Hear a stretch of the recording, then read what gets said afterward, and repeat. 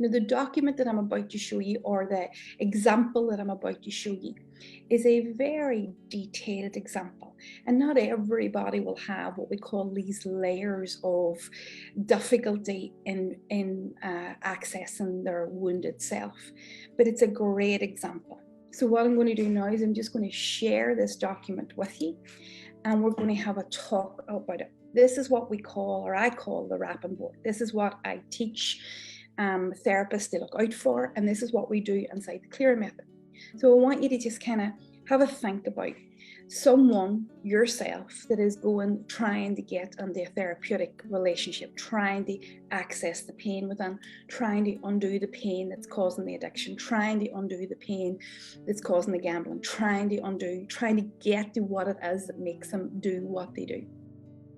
And what I want you to do, what I want you to have a think about is the main center problem here, anger. So if someone has a real anger problem, yeah, then coming to a therapist to talk about the anger isn't just an easy process. Why? Because here's the multiple layers that are happening. That anger, they believe, is very, very, very shameful, which means that if I have anger, that anger then causes me shame, which means I am wrong for having that anger.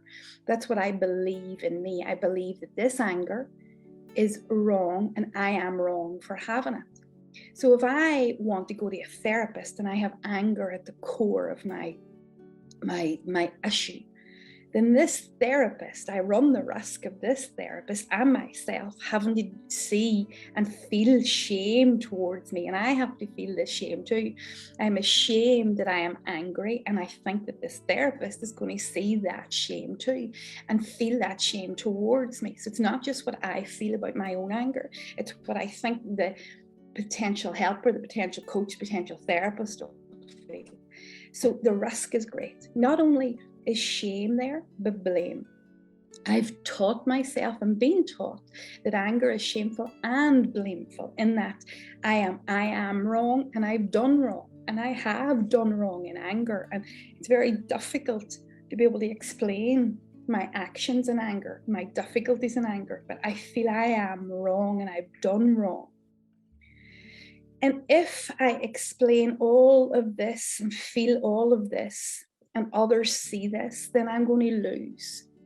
And if I begin to touch that anger, then the reality is that I will lose all my love, I will lose all my connections, I will lose all my friendships, because who wants somebody so badly filled with anger that's really wrong and it does really wrong things? Who wants someone like that? So you're going to lose. And the fear of all of that exploration, the fear of not only that becoming a reality, but the fear of the ultimate absolute terror of re-experiencing all that emotion, the anger, the shame, the blame, the loss, and the absolute terror of exploring this, talking about this, working with this, believing you'll recover from this. And so when we're talking about change, what I want to do with this small diagram is to give you a snapshot of why it's terrifying. Not everybody has those multiple layers.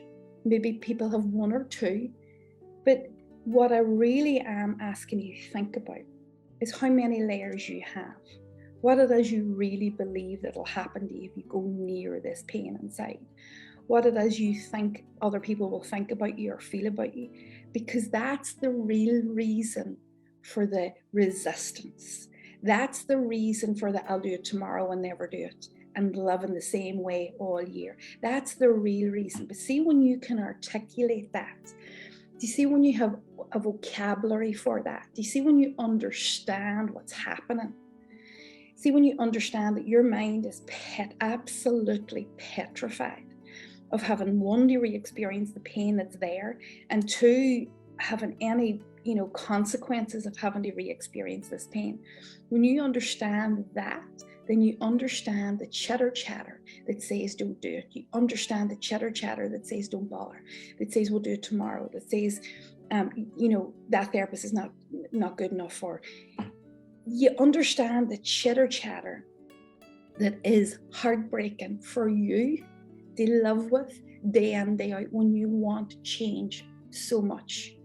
So I am hoping that this conversation and this short explanation, I am hoping that this opens up and gives you some vocabulary that you can share with loved ones if it's you that's changing, or that you can have that conversation with your loved ones if they're in the process of change, that you can begin to say, look, I understand what might be happening, and begin that beautiful conversation of understanding the terror of change itself. And I'm hoping that this video will go about explaining why the resistance is at play and help you maybe reflect on your resistance, or whoever it is that's trying to change resistance, and open up this conversation and maybe just help and assist somebody over the bridge of resistance and the long-term meaningful change.